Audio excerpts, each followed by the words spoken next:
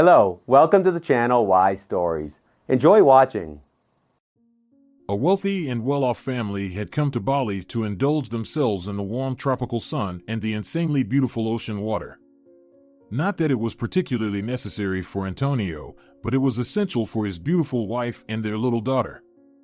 Less than 4 years had passed since Antonio started his small business.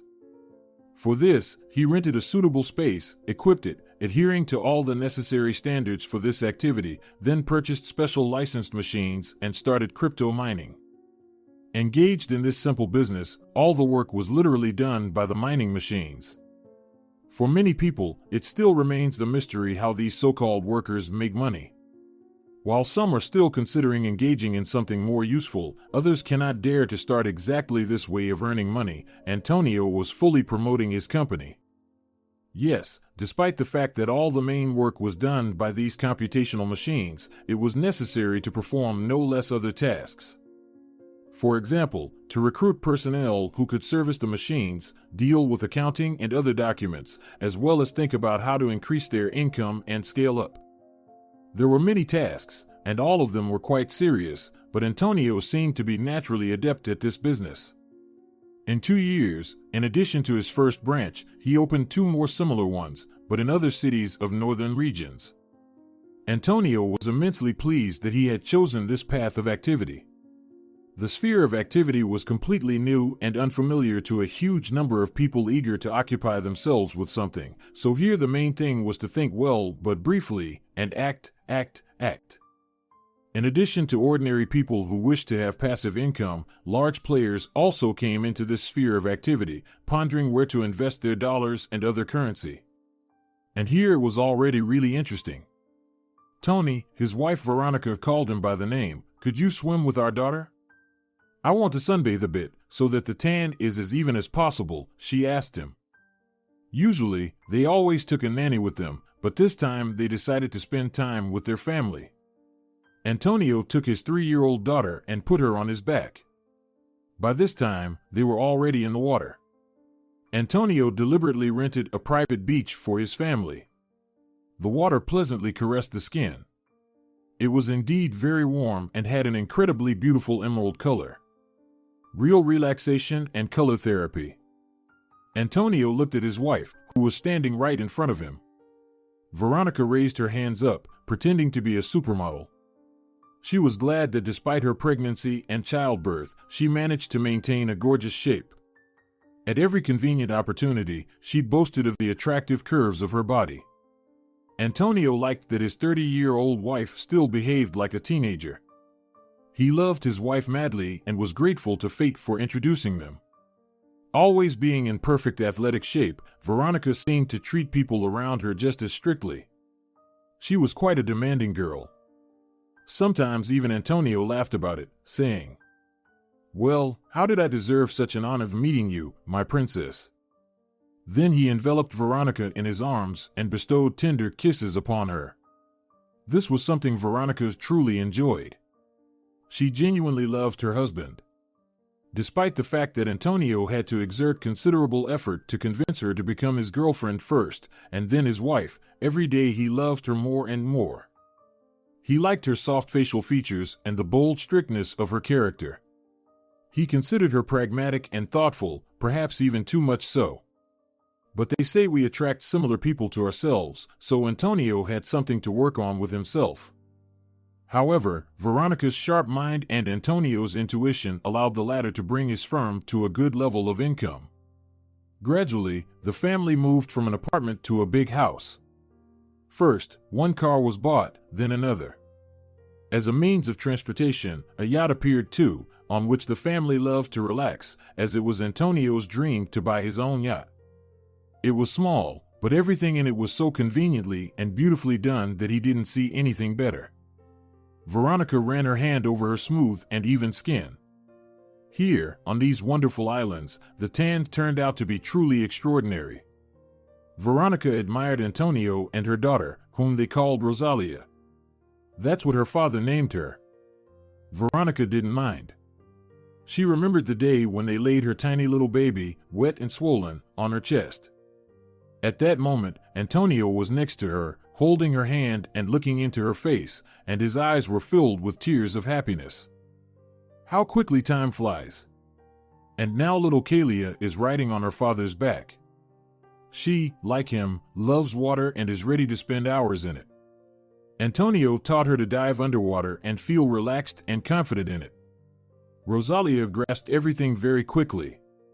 And now, at the age of 3, she splashes in the water like a golden fish born in the sea.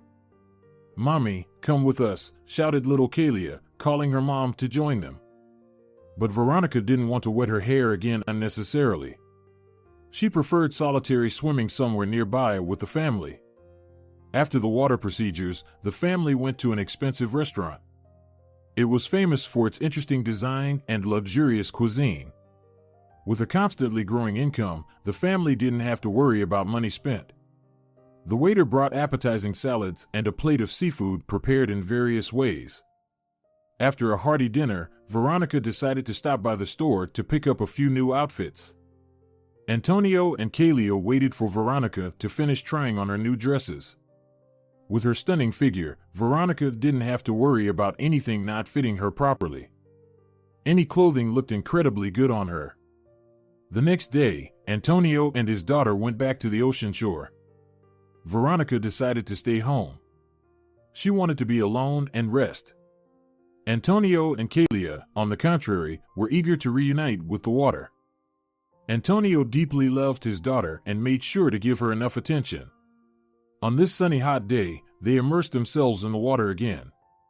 Antonio deliberately chose a suitable place with shallow depth and a smooth bottom. Colorful little fish showed curiosity towards the arriving guests. They swam into the green thickets and hid among the seaweed leaves, watching the swimmers. While Antonio was busy with his daughter, he never ceased to be amazed by her incredible abilities. He noticed with astonishment that this little creature grasped everything on the fly. The 3-year-old girl had no fear of water. She trusted it, and it, in turn, protected her. The vacation time came to an end. It was time to return to the city. Happy and sun-kissed, they arrived back in homeland. A maid was waiting for them at home. The girl named Carmen had been working for them for about 4 years. When Veronica became pregnant, Antonio seriously considered finding a suitable candidate for household help and assistance with the future child. And since he knew that his wife was very fastidious, he took care of it in advance. Carmen turned out to be the new candidate. Strangely enough, after talking to her, Veronica had nothing against her. Antonio was glad that he had dealt with one of the tasks. And indeed, settling on Carmen, the family never regretted it. This girl grew up in an orphanage, never had a real family, but always dreamed of it. After the orphanage, she graduated from a pedagogical college. Subconsciously, she knew how to get along well with children of all ages. So, when she found this job through an advertisement, she realized that she would be in her element here. Carmen was composed, responsible, and fully aware of her place. During Veronica's pregnancy, the two women became very close to each other. They practically became friends. Veronica could share some of her concerns and anxieties with Carmen, who always supported her and could dispel any clouds that hung over her head. Carmen perfectly combined two roles, being the best friend and a household helper. When little Kalia was born, the family needed her help even more. Working with an open heart, Carmen quickly became friends with the daughter. So, Carmen gained another person who wanted to entrust her with secrets. "Carmelita, hi." Rosalia chatted joyfully as she crossed the threshold of the house. Carmen greeted the girl with open arms. "I have so much to tell you." Kalia hurriedly took off her sandals. "Come in, my dear, and you too," Carmen greeted them as if they had come to her house. "I've prepared a delicious lunch, so let's undress, wash your hands, and sit at the table," she said, heading to the kitchen. Veronica followed her into the living room, while Antonio went to his room. "Oh, Carmen, you can't imagine how wonderful it is there," Veronica said in a sweet voice. "Of course not, I've never been there," the maid replied with a laugh. In reality, Carmen knew she was very lucky with the people she worked for.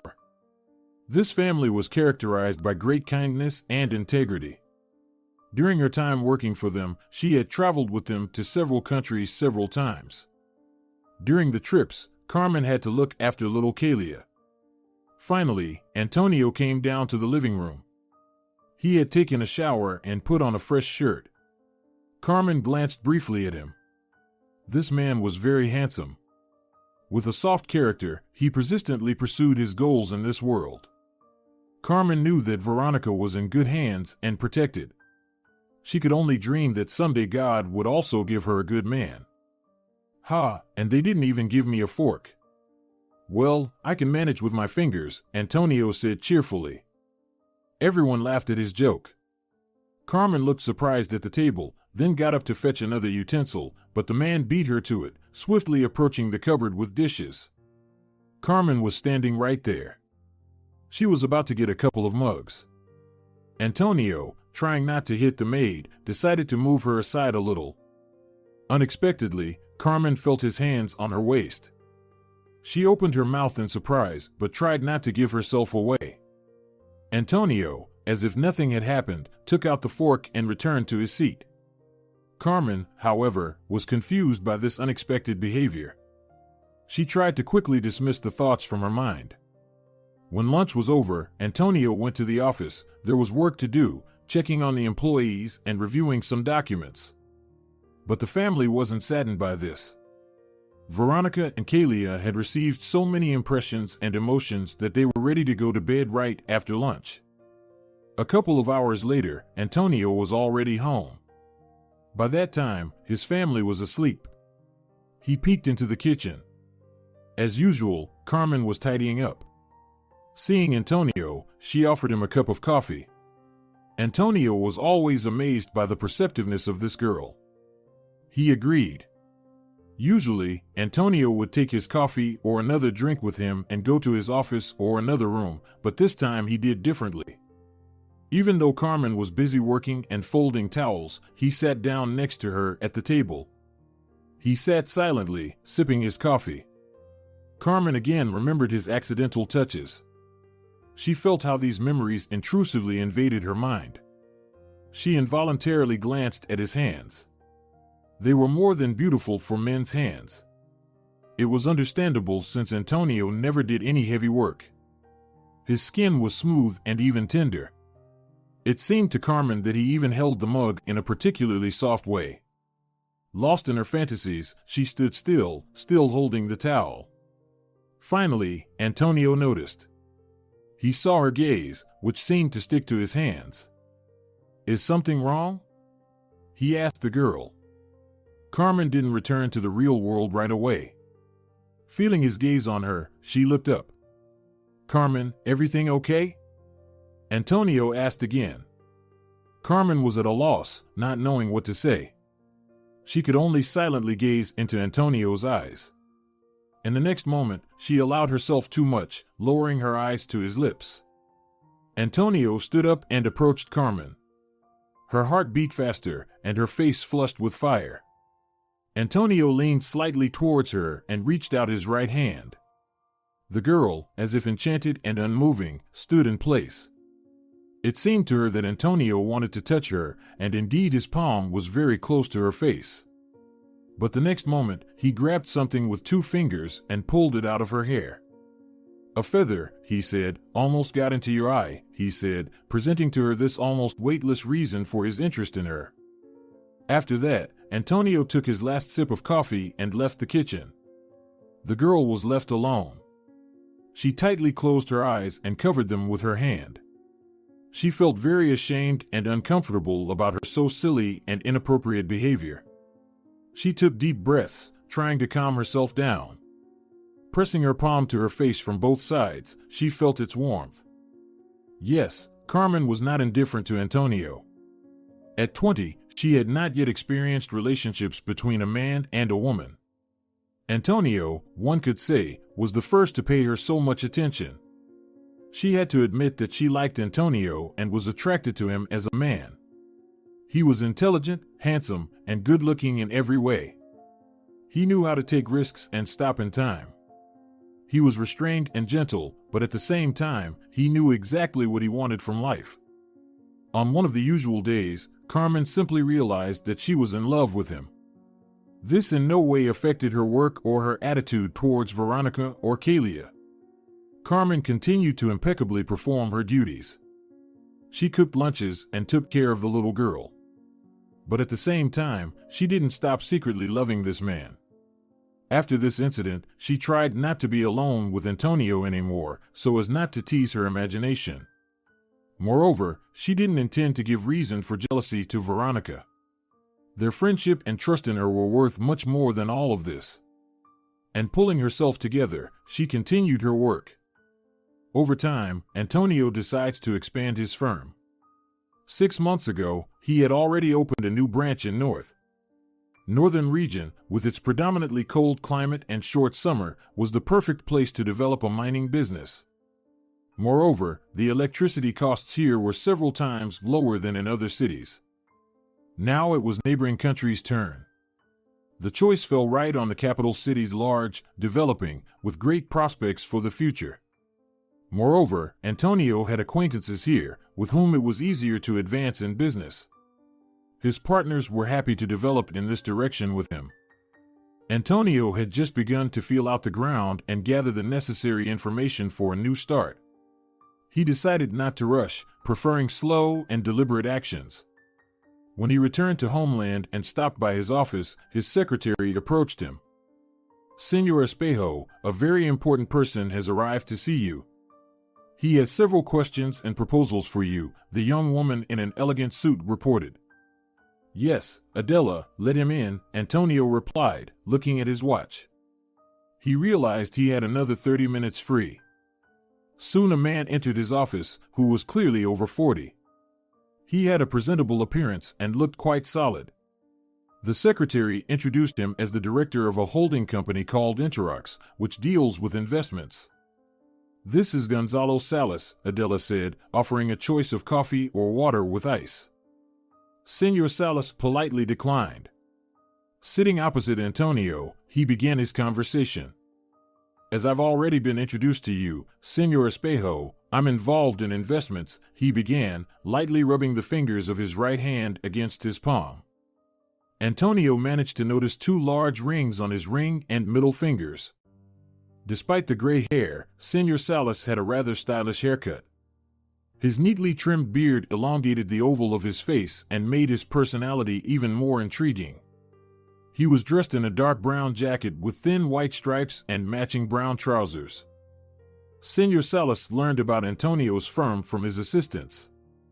Once, their director instructed them to find new investment opportunities. After studying the market, they came across the staggering figures of Antonio's mining company. This young lamb was making a huge profit just from buying and selling bitcoins. Barely out from under his mother's skirt, he had already organized his own cryptocurrency market. Major players, having substantial amounts in their accounts, flocked to Antonio like bees to honey, ready to entrust him with their fortunes. This significantly undermined the activities of Gonzalo's holding, which desperately tried to attract clients to invest their money. "I know you've worked very hard and, one might say, raised your branch in North from zero, but my assistants have thoroughly studied your activities. You're successfully developing your firm. God forbid, one wants to ask how you manage it." He joked. Antonio listened attentively and barely smiled, maintaining a friendly tone. Senor Salas fell silent, waiting for an answer. "Is it me to tell you what it's like to grow a company from scratch?" Antonio replied. "I believe you understand this much better than me, and you have more experience." Antonio had no intention of revealing all his cards to this person. In response, Gonzalo smirked. Chuckling, he continued. "It's nice to hear such things about oneself," said Senor Salas. "Nevertheless, I dare to offer you something." He stared intently into Antonio's eyes. "I assure you, you will be more than satisfied. You'll be able to provide a carefree life not only for yourself, but also for your children," he continued with a series of preludes. Antonio didn't quite understand what he was talking about yet. "What is this proposal?" I'm burning with curiosity. Antonio played along, as if deliberately. Gonzalo caught this barely perceptible mockery. Something in his eyes sparkled, causing Antonio to feel a dislike. I propose that you sell me your branch in North.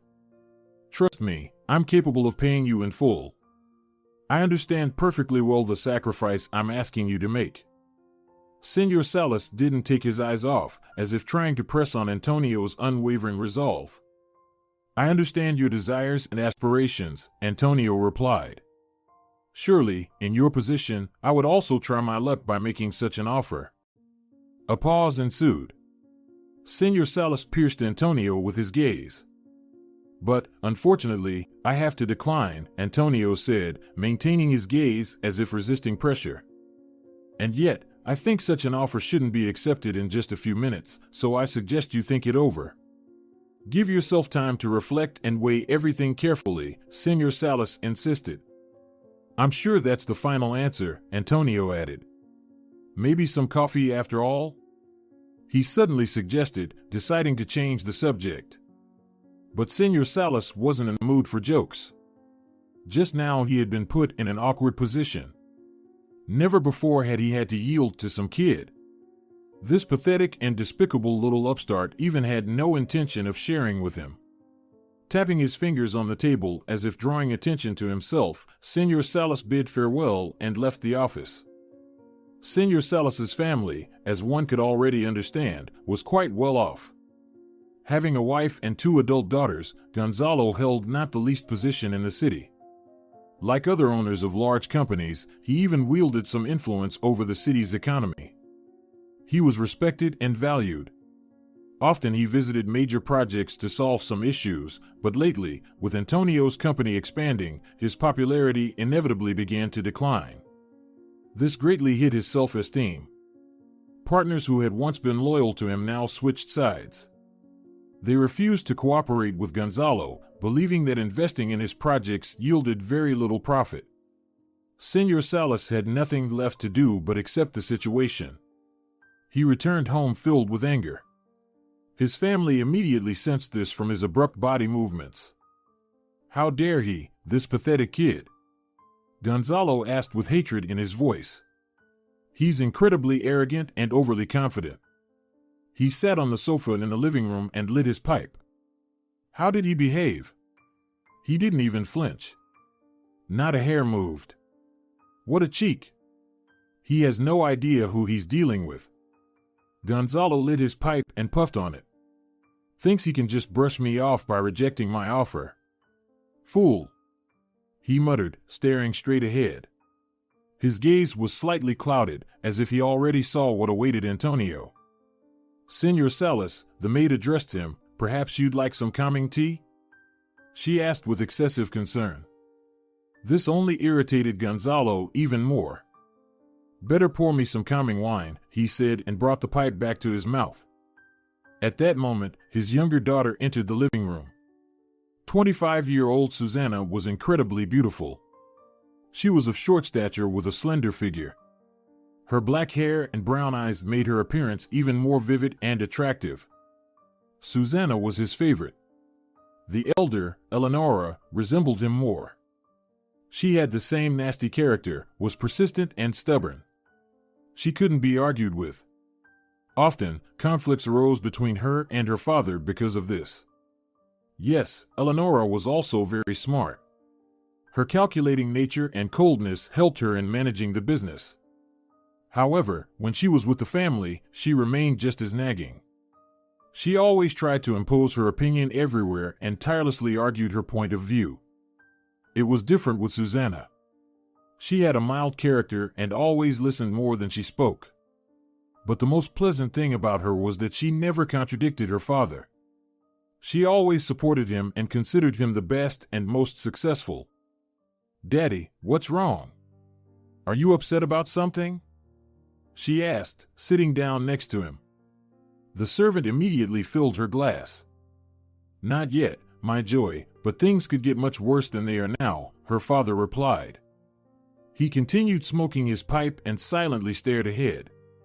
Throughout all this time, Susanna remained by his side. She liked silently sitting next to her father like this. She knew he would be silent for a while and then continue speaking. "Susanna, my daughter," Gonzalo continued, "you're mature enough now and should be able to handle certain matters."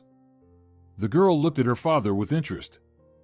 "I need your help now more than ever," he said. "Yes, of course, Dad, you can ask me anything," Susanna said, looking at her father intently. "I know you have a sharp mind and a strong character. You have a certain patience that allows you to achieve your goals." Gonzalo looked closely at Susanna. "Dad, what are you trying to tell me?" his daughter asked again.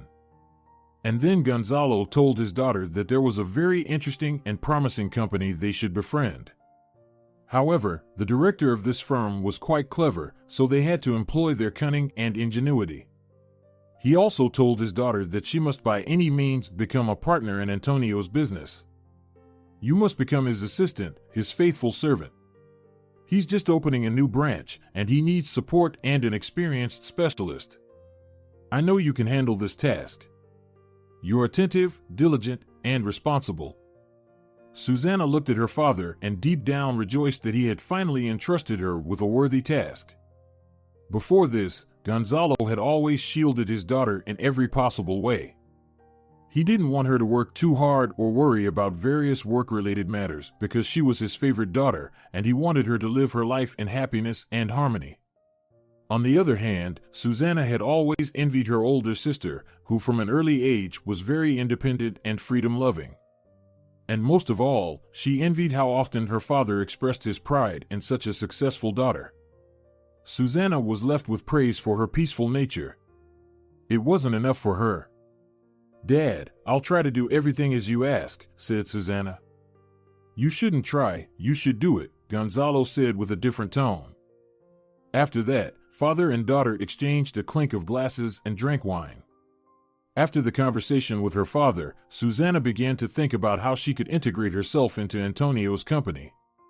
In fact, it turned out not to be so difficult to do.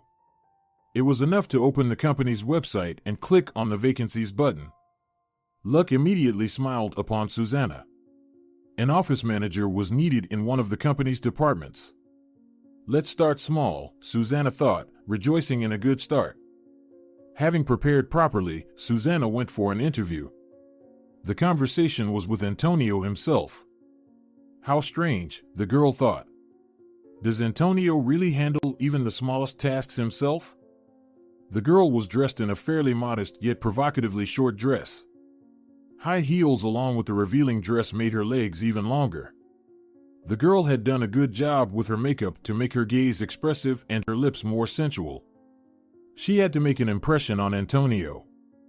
In your resume, you write that you excel at any office equipment, speak 3 languages fluently, and have no trouble reading technical language, Antonio repeated, reading from the paper. Then he looked at Susanna. She maintained a calm demeanor, behaving artificially reserved. Yes, that's correct. That's me, the girl confidently replied. Well, you're a good fit for us, Antonio said, believing that such a specialist was exactly what they needed right now. Susanna was assigned her own office. She began working on reports and forecasting. While fulfilling her daily duties, she simultaneously absorbed various information about mining work. She tried to gather as much information as possible to perfect her skills. Striving for her father, she was ready to spend hours on end in the office. After 6 months, her efforts were not in vain. She had studied the mining industry very well and understood some of the patterns and the processes. Thus, she really began to understand something and could even suggest her own ideas for the situation's development. And Antonio also noticed Susanna's successes. He was glad that he had once hired such an employee. Over time, she became his chief assistant. Once, Antonio and Susanna stayed at work longer than usual. They worked on one of the projects. Susanna, using her beauty and charm, decided to seduce Antonio. That evening she was in a beautiful white blouse and a tight long skirt with a slit. As mentioned earlier, the evening dragged on. Antonio briefly left his office. He wanted to take a short walk and start the car to warm up the engine. It was deep winter, so it was simply impossible to do without heating. During Antonio's absence, Susanna rushed to his desk. She began rummaging through one drawer after another. She wanted to find something she might not know yet. After all, her father asked his daughter to be his eyes and ears. You must know about Antonio's activities not as an employee of the firm. You must know what's inside. You must see, hear, and think like Antonio, her father said, and Susanna diligently fulfilled her beloved father's request. Unfortunately, Susanna didn't manage to find anything. Moreover, she almost got caught by Antonio with a folder in her hands. Putting it back in the drawer, she, to distract Antonio, grabbed a glass of water and spilled it on her blouse. The water instantly absorbed into the thin fabric, making it transparent. When Antonio entered, he saw embarrassment and confusion on Susanna's face. I'm so clumsy sometimes, she said, trying to wipe the excess water from her soaked blouse. She continued to smile awkwardly and try to fix the situation. In this way, she wanted to draw Antonio's attention to herself. It should be added that she liked him. She was sure that Antonio, seeing her charming neckline, would undoubtedly be seduced. However, the desired reaction from the man did not follow. This is a sign that it's time to wrap up work, Antonio said, handing Susanna a napkin. With that, his attention toward the girl ended. Taking the napkin, Susanna tried to hide her disappointment. To some extent, she was even offended that Antonio perceived her only as a business partner and didn't consider her as a beautiful woman at all. It angered her that he didn't let her get under his skin. After all, Daddy would be very pleased to learn that Susanna managed to get so close to the competitor. At the thought of her father's approval, the girl's lower lip trembled slightly. She was ready to do anything for his praise. Continuing to play her flawless game, Susanna got closer and closer to Antonio. Once, she even managed to visit his home. Here she met his wife, Veronica, and their little daughter, Kalia. Antonio and Susanna were rushing to meet one of their colleagues from work. They didn't have time to stop by the restaurant, so they dashed home. Here Carmen had just prepared a delicious lunch. She set the table for 4, including little Kalia. The dishes were simply excellent. During lunch, Veronica asked about Susanna's successes. She was simply charming. She complimented Antonio's wife and his daughter. You're already so big and independent. It's so cute. You're so much like your dad, Susanna said, trying to please the little girl, but little Kalia had a different opinion. She didn't like Susanna at all, so she didn't want to talk to her. Despite all her attempts to talk to the child, she only responded with silence and a frown. Strange. This is the first time with Rosalia, Antonio noticed. The adults laughed. But it wasn't just little Kalia who didn't like the guest in the house. Carmen, who was watching everything from the sidelines, also caught herself thinking that Susanna didn't leave a very pleasant impression on her. The girl seemed artificial and overly kind. It seemed like she wanted to get under their skin. But despite this, Carmen didn't show any emotion. After all, it wasn't her business. Besides, this girl only came for lunch, and she probably wouldn't be here again. After everyone had eaten, Susanna began to praise the food and thank the cook. She did it with excessive enthusiasm, but she still managed to create a good impression of herself and achieve the desired effect. This girl has a good grip, Veronica said when she and Antonio left the house. Carmen didn't reply and just shrugged. She didn't think so herself, but she didn't say anything bad about Susanna. The cryptocurrency market reached a new level.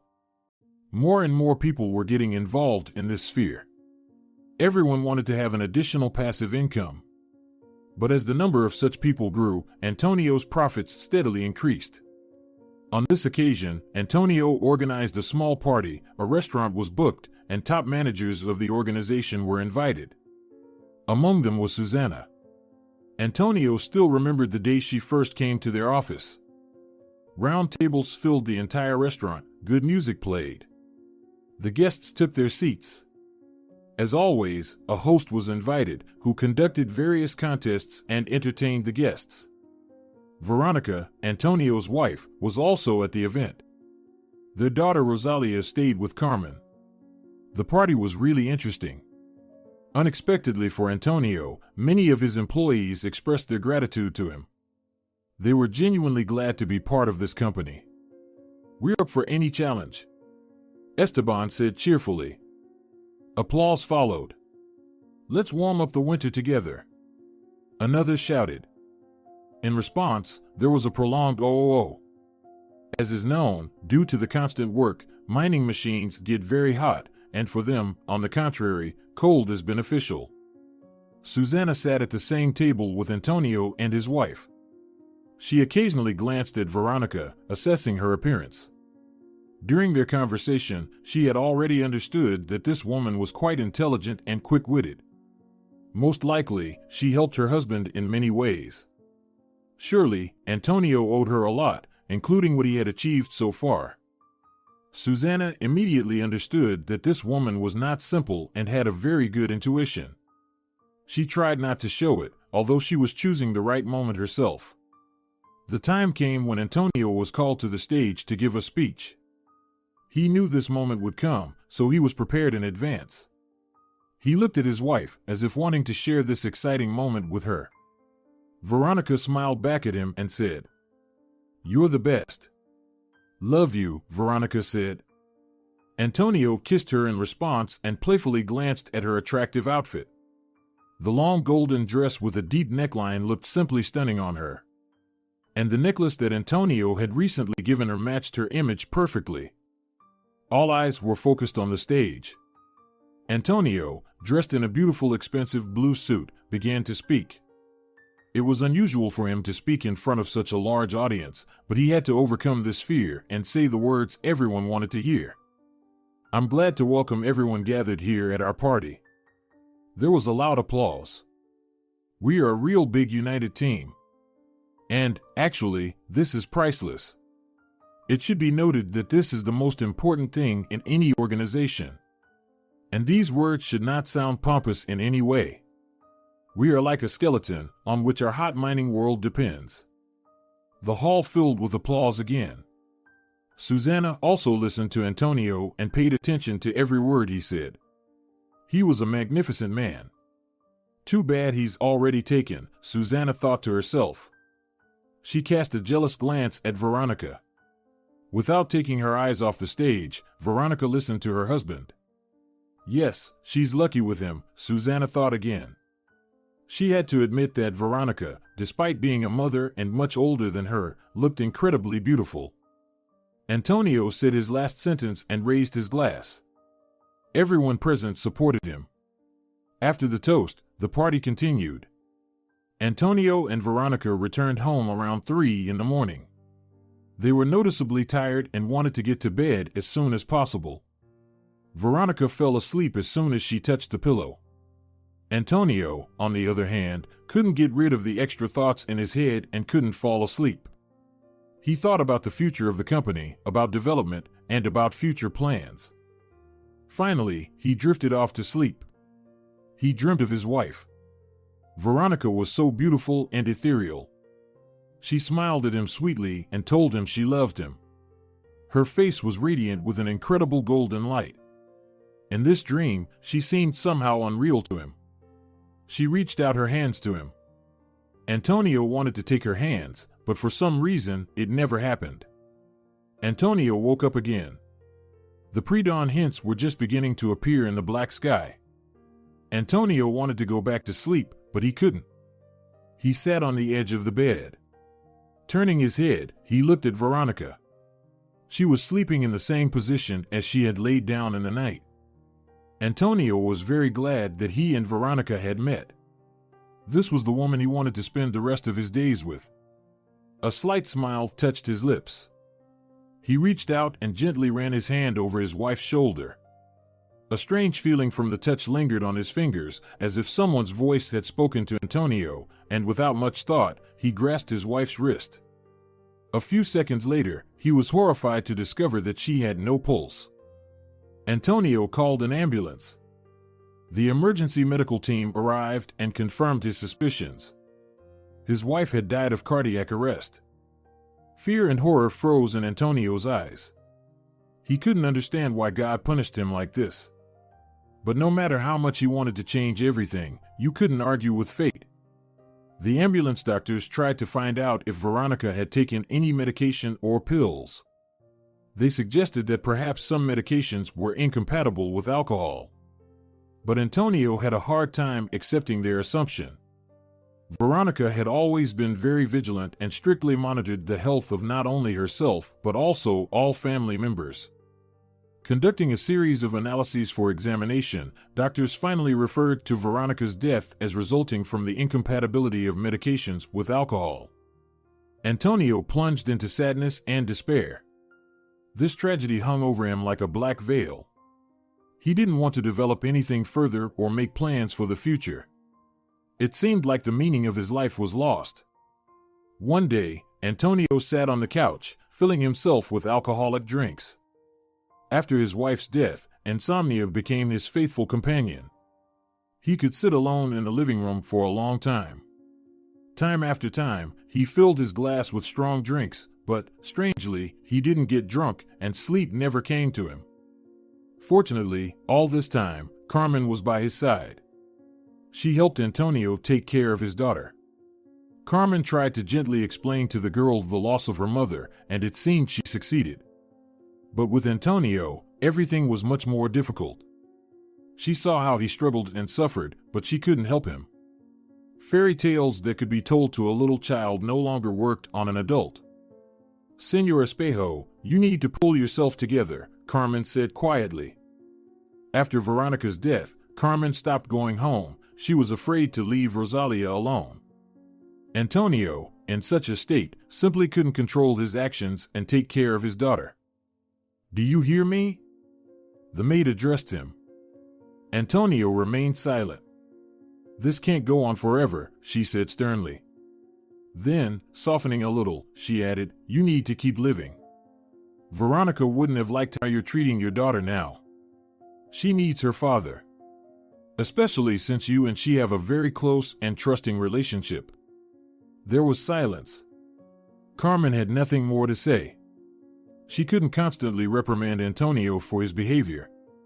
He had to understand for himself that he needed to be strong for his daughter. "Sit down, please, next to me," Antonio finally said. Carmen approached and gently sat on the edge of the couch. "Thank you for not leaving our family," he said, and fell silent again. "I must say that your family has become like my own, especially little Rosalia. I just can't leave her at such a moment," Carmen said softly. "You're right, I need to pull myself together."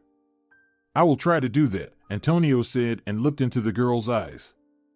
It was in them that he saw his new life. Life, as before, stretched out in a series of days. Antonio found the strength to continue living and enjoying life with his little daughter. He threw himself into work, trying to set himself as many tasks as possible to come home in the evening and fall asleep soundly. He also didn't forget about his daughter. Once a month, they went to the sea. There Antonio had fun and acted silly, as if he were a child. He could only do this thanks to his daughter, who, due to her age, immersed him in this childish and joyful world. Rosalia continued to improve her swimming skills. She could hold her breath for much longer now. Thanks to the water, they seemed to cleanse themselves and wash away all the negativity and sadness. By the age of 7, Kalia could swim long distances. Antonio rejoiced in his daughter's achievements. Sometimes he even organized races with her, swimming against each other. Of course, he let Kalia win, but there was so much laughter and joy. When Antonio recovered from his wife's death, he once again thought about the branch he had started opening in the foreign capital. Unfortunately, he hadn't paid enough attention to it, and it hardly developed. But now, 3 years after the loss of his wife, he felt ready to take on the business properly. Packing his suitcase, he booked a plane ticket and flew on the next flight. It was a fine autumn day. It was a time when autumn, without rain and slush, gave people good, warm, and dry weather.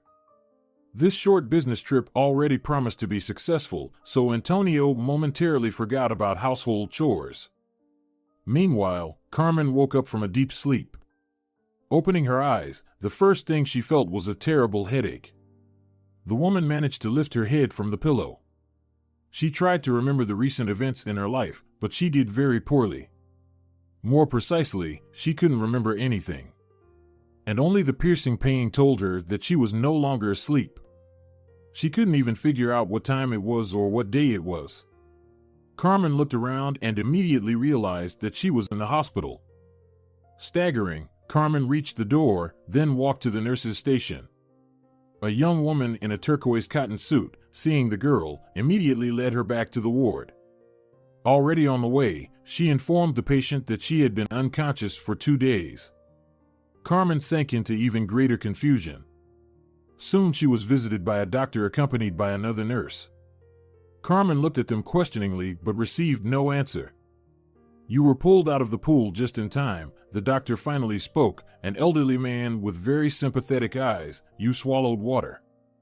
A minute later, and you would have been impossible to resuscitate." The girl started. "What pool? What water?" she asked in bewilderment. "How did this happen, and who pulled me out of the water?" The doctor pulled the nearby stool closer to the bed and sat down. He clasped his fingers together, paused for a couple of seconds, trying to find the right words. "You see, memory loss is quite natural in your case.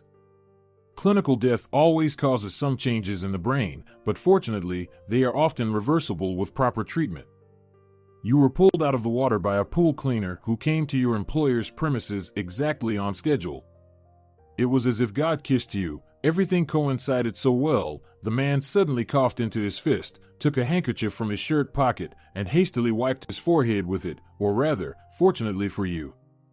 "Carmen, do you remember that you were a housekeeper while also combining the duties of a nanny?" The doctor's reaction didn't sit well with the girl. She cast an almost insane glance at him and then at the nurse, afraid to make any sound. Of course, she remembered little Kalia, her work at Antonio's house, and her responsibilities. But now the tone of the medical worker had changed, and Carmen's heart quickly beat faster as soon as he mentioned the word nanny in the context of resuscitation and death. Unfortunately, the girl was much less fortunate, as they say in pediatric hospital. "I'm very sorry. Her father has already been informed about what happened." "What? This can't be true, she swam so well. What happened at the pool?" The doctor simply shook his head, indicating his lack of knowledge about the situation that occurred in the backyard. The police also found no explanations for it. Everything seemed like an extremely unfortunate coincidence. Still not believing the doctor's words, Carmen felt something inside her collapse. Tears welled up in her eyes, and, unable to resist anymore, she burst into tears. The doctor immediately asked to bring her a sedative, then left the distraught housekeeper alone. After some time, a young woman entered the ward. Carmen recognized her as the nurse she met immediately after waking up. She handed her a phone and smiled sympathetically. "You know, they can transfer you to day hospitalization as early as tomorrow. Your test results are very good. It's almost a miracle." She placed the smartphone on the bedside table. "Call your loved ones. Maybe they've lost you." "It's me who lost my loved one," Carmen said quietly, her voice completely colorless. She was alone in the ward again. Antonio's phone didn't answer. A sense of emptiness consumed the girl from within. It couldn't be said whether she had come to terms with the terrible news, but resisting the doctor's words was pointless. But thoughts of Antonio troubled her. If she felt so bad, then how did the father feel, who had to organize his child's funeral? The next day, right after the 4-drip, she headed to Antonio's house. Inside, she was met with an eerie silence. She walked from room to room, trying to find her employer, but the house was empty. Then she went out to the backyard. And there she met her savior. 30-year-old Juan was cleaning the pool, and upon hearing the sound of the sliding door opening, he turned around. "Carmen, are you okay? I was so scared that day. you can't imagine. Despite his slightly cheerful tone, his voice still carried sympathy. The girl. I know, Juan. I know. Thank you. You did everything you could back then, she bitterly replied to the cleaner. Where is Senor Espejo? I really need to see him. I'm terribly worried about him. He went to take Kalia. Saint Maria, it's just terrible. First Veronica, and now. How long ago did he leave? About 10 minutes ago. You just missed him. The girl immediately ran out. She didn't want to leave Antonio alone in such a difficult moment. Her head was spinning badly after the drip, and her legs were still a bit weak. But she still wanted to support her last dear person. Catching a taxi, she headed to the hospital, but this time, to the morgue. The man stood in front of the entrance to the department. He couldn't bring himself to step over the threshold. He just couldn't. The thought that everything happening to him was unreal itched in his brain. To bury his wife first, and now his daughter, it was not something one could expect from life. Antonio wasn't ready to take the body, because right now, as long as he didn't see it, Kalia was still alive in his mind. Taking her now meant saying goodbye to her in advance, even before the funeral. Senor Espejo, I think it's time to do this, Susana said quietly, putting her hand on the man's shoulder. The funeral ceremony will be today. There's no point in delaying the inevitable. The businessman sighed heavily. He stood there silently for about a minute before opening the door. The smell of formalin hit his nose, causing a momentary nausea to rise in his throat. The orderly greeted the grieving father and led him to a separate gurney. On it lay a small body under a sheet. With trembling hands, Antonio pulled back the white cloth from his daughter and looked into her peacefully calm face. She looked like she was just sleeping. The morgue workers had already prepared the body for burial. They had done everything incredibly carefully. Only the lace on her right shoe had come untied. Apparently, Antonio accidentally pulled it along with the sheet. Senor Espejo, you're here. Carmen rushed into the department, trying to dodge the orderlies who didn't want to let her in. The man turned around, but there was no hint of joy in his eyes. On the contrary, it seemed that he felt burning hatred towards his servant. You wretch, how dare you show up? Suddenly shouted Susana, and immediately grabbed the bewildered girl by the elbow. Because of you, the child drowned, and you come to look at her cold body. While Carmen tried to grasp what was happening, Susana had already dragged her out of the morgue. The housekeeper couldn't withstand such pressure and pushed the lady away. I spent 2 days in intensive care, woke up, and the first thing I hear is about Rosalia's death. The girl began to yell with tears in her eyes. I don't even know what happened back then, and how we ended up in the pool. Just let me find out under what circumstances Kalia could have drowned. Kalia. Our Kalia, who swam better than me or any other adult. Carmen knew that Susana was the only person who could tell her everything. When the two women found themselves in an empty corridor, Susana revealed her true face. Her expression changed, and in an instant, a spark of madness lit up in her eyes. You managed to survive after all, it seems. Susana looked at Carmen with an assessing gaze. The girl didn't understand what she was talking about. Listen to me, my dear servant, she addressed her. Her lips with red lipstick formed a disgusting curve. From today you're nobody here. Do you understand what I'm saying? Susana hung over Carmen like a cobra, spreading her hood. What are you talking about? What does this all mean? Carmen asked, gradually beginning to understand. The maid already had doubts about Susana's good intentions. It was evident from her pretense and insincerity. But now she was convinced of it completely. Why can't I talk to Senor Espejo? Carmen asked again. Your dear Senor Espejo has no intentions to see you right now, Susana replied. By the time he calms down, this vile girl will be lying in the ground, and no one will hear her. But since you turned out to be among the survivors, you'll have to answer for everything. Susana grinned widely. I feel so sorry for you, so sorry. She pretended to be sad, and then laughed. How dare you do all this? You killed this innocent child, Carmen said, afraid to believe it. Better ask how I managed to get this magnificent liquid. I spared you some extra drops. I thought there wouldn't be enough, Susanna hissed, and you're heavy as a cow. I even sprained my wrist while trying to push you into the water. You passed out right on the edge of the pool. But I should have dealt with the girl first, not you, then I wouldn't have to struggle like this now. While I was pushing you, the brat was lying on the lounger. I didn't have time to throw her to you. There was a pause, after which Carmen's eyes widened even further. So, you killed Veronica too? Is it really true? The girl covered her mouth with her hand, but how could you pass Kalia off as dead? I was saved. Why didn't they notice anything?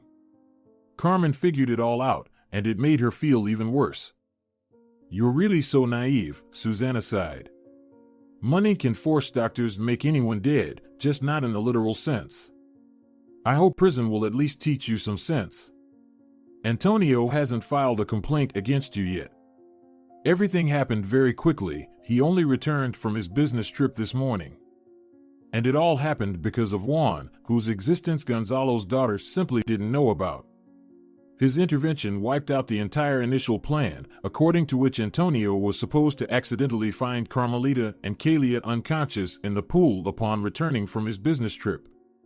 The poison left no traces in the blood, so from the outside, it would have looked like an accidental death, just as it happened with Veronica.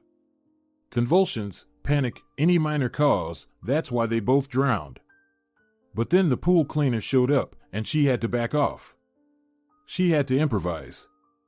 Susanna quickly found out where they had taken the sedated Kalia that day. It was the pediatric department of the district hospital. And if she managed to bribe the doctors there, she couldn't do the same in the hospital on the other side of town. The only way out of the situation was to blame the servant for the girl's death. A terrible fear enveloped Carmen. She felt it squeezing her veins and quickening her pulse. Looking around, she searched for at least one witness, but there was none. The corridor was empty, and the only orderlies on duty were with Antonio now. Get out. Run, hide from the police, you wretch, Susanna smirked sickly. Daddy will be proud of me, and you'll rot in jail. Stunned by this sudden revelation, Carmen didn't know what to do. She turned around and slowly walked to the exit. Her legs didn't obey well, her head was foggy. Antonio probably wouldn't believe her.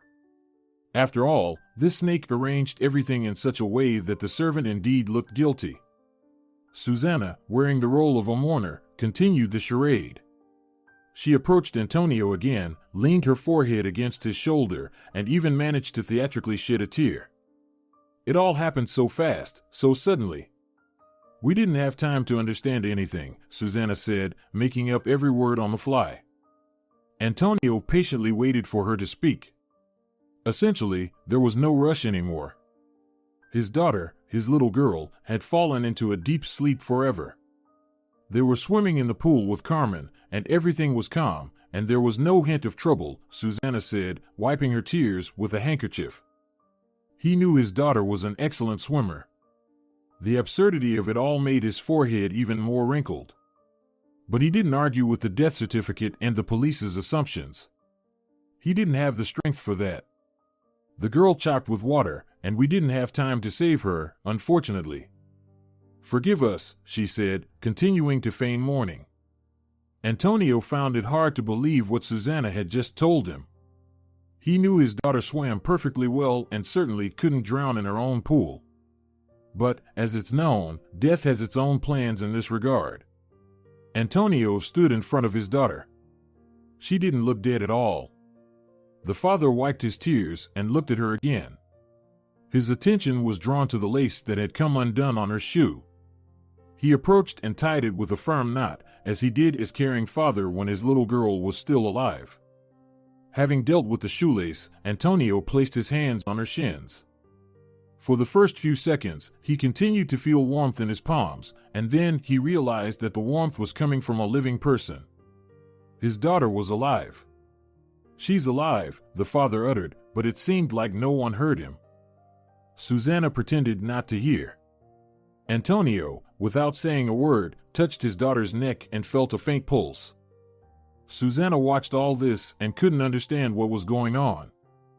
"Antonio, what are you doing?" "Snap out of it," Susanna said indignantly. "You're out of your mind." "You need to take a sedative," she said, looking around. She made sure that the orderlies had left for the documents, and there was no one else in the hall. "Shut your mouth," Antonio replied angrily. His words rattled Susanna. She suddenly started to hysterically complain that nobody appreciated her. "I tried to help you. And this is how you repay me for my kindness?" she said, not realizing that she was talking nonsense, but Antonio paid her no attention. Susanna began to realize that her game was getting out of control.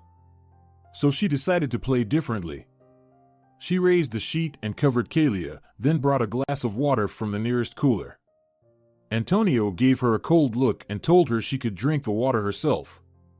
"I understand you're not yourself right now. It's very hard for you to accept all this," Susanna babbled incessantly, actually looking for an escape route. However, she comforted herself with the hope that if the police hadn't arrived yet, everything was still okay. She continued to pretend to help Antonio and take care of his daughter.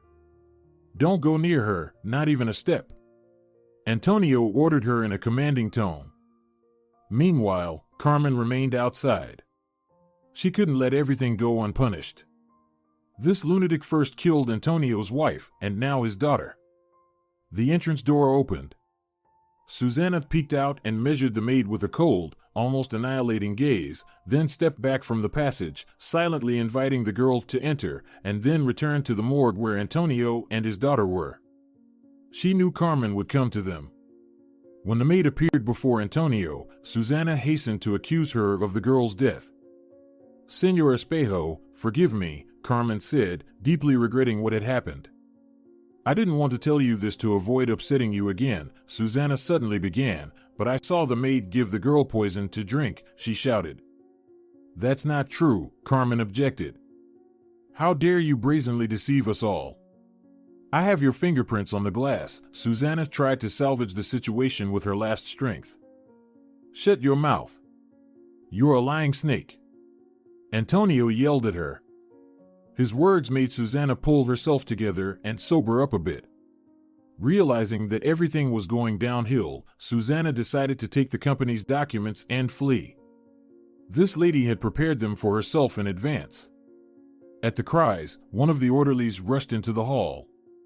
Seeing Susanna, whose eyes literally shot lightning, he quickly understood everything. The young man stood frozen, and feeling Antonio's gaze on him, he abruptly rushed towards the exit. He was the one who had supported Kalia in her lethargic sleep, and he had drawn up all the documents, from the autopsy results to the death certificate. But outside, he immediately ran into the police, who instantly handcuffed him and led him back. In front of everyone present, this man appeared already in coma state. Carmen, while standing outside, guessed to call the police. "Susanna Salas, you are under arrest. You also have the right to remain silent," said the policeman, flashing handcuffs. Susanna tried to resist and say something in her defense, but the law enforcement officers seemed to pay no heed to what she was saying. They calmly carried out their duties. Somehow, news reporters and journalists learned about the family tragedy. They had already arrived at the morgue and eagerly waited who would appear first on the dilapidated porch. Susanna appeared. Bright flashes of cameras immediately followed. Journalists extended microphones to get a few words about the incident. Despair and madness engulfed the criminal. Meanwhile, Señor Salas sat by the television screen. He savored every word of the journalists reporting that the home of a successful entrepreneur had once again been visited by misfortune. However, when he saw his daughter's face on the screen, he perked up and turned up the volume. "Daddy. My daddy won't leave me like this. I'm his favorite, he'll do anything for me." She squealed, her voice breaking. "It's all for him, he would praise me, he would be so proud of me." Señor Salas couldn't believe that his daughter was escorted by the police. The man realized that everything was lost and that an even worse fate awaited him. This influential man understood that it was best for him not to move at all and not to take any action. The police declared his daughter guilty of the murder of Antonio's wife, as well as the attempted murder of his daughter. Later, during interrogation, it was revealed that Susanna turned out to be mentally unstable. She envied her independent and successful older sister so much that she simply went crazy at the thought of fulfilling any, even the most insignificant, request from her father. Gonzalo couldn't come to his senses from all these circumstances. Everyone around now knows whose handiwork it is. Panic attacks gripped him, and his already weak heart continued to ache and squeeze in his chest. His doctor prescribed bed rest for him. Soon, without the main owner of the company, his conglomerate began to fall apart at the seams. But this hardly concerned the boss anymore. He lay hopelessly in bed, unable to overcome such an unpleasant turn of events. As for Antonio's daughter, she underwent rehabilitation in the hospital. Doctors, promptly called, managed to prevent the girl's death. Moreover, the lethal substance with which Susanna wanted to poison both the maid and Kalia had already begun to be eliminated from the body. The young woman divided the dosage into 2 doses for little Rosalia and adult Carmen, and it turned out that it was not enough to cause cardiac arrest. Therefore, the victims only fell into a deep sleep, and the bribed orderly had to maintain the right dosage in the girl's blood. Doctors administered IVs to the girl, restoring her entire body as a whole. The action of the poison was successfully stopped, and the consequences of hypothermia, dehydration, and fasting were immediately treated for several days. Soon the girl began to recover very quickly. All this time, the maid was by Antonio's side. She had become so attached to this family that she didn't even entertain the thought of leaving them, of never seeing the little girl again, and not seeing Antonio. She supported Antonio in every possible way and tried to help him get through these harsh days. One evening, when Antonio's daughter was discharged from the hospital, they arranged a celebratory dinner among close friends and relatives. It turned out to be a good heartfelt dinner, after which everyone went home. Only Antonio and Carmen remained. Carmen watched as the completely healthy Kalia drew in her notebook. This warmed her soul and made her feel joyful. While Carmen watched the girl, Antonio watched her. He was struck by how devotedly this woman had served their family. For 8 whole years, Carmen had been by their side in both sorrow and joy. She didn't seek a better place for herself. He also saw that Kalia, due to her young age, had forgotten Veronica and perceived Carmen as her own mother. As cruel as it may sound, that's how children's minds work. Moreover, for the past year and a half, Antonio had begun to notice that he felt something more than just friendship towards Carmen. And now, as he looked at her, he caught himself thinking that this woman was truly beautiful. Her inner beauty was reflected in her graceful facial features, neck, and entire body. Carmen didn't notice how Antonio placed his hand over hers. Startled, the woman looked up at him. He didn't hurry to avert his gaze. And in that moment, they both realized that fate wanted to tie their lives together. If you're enjoying it as well, leave a like and subscribe.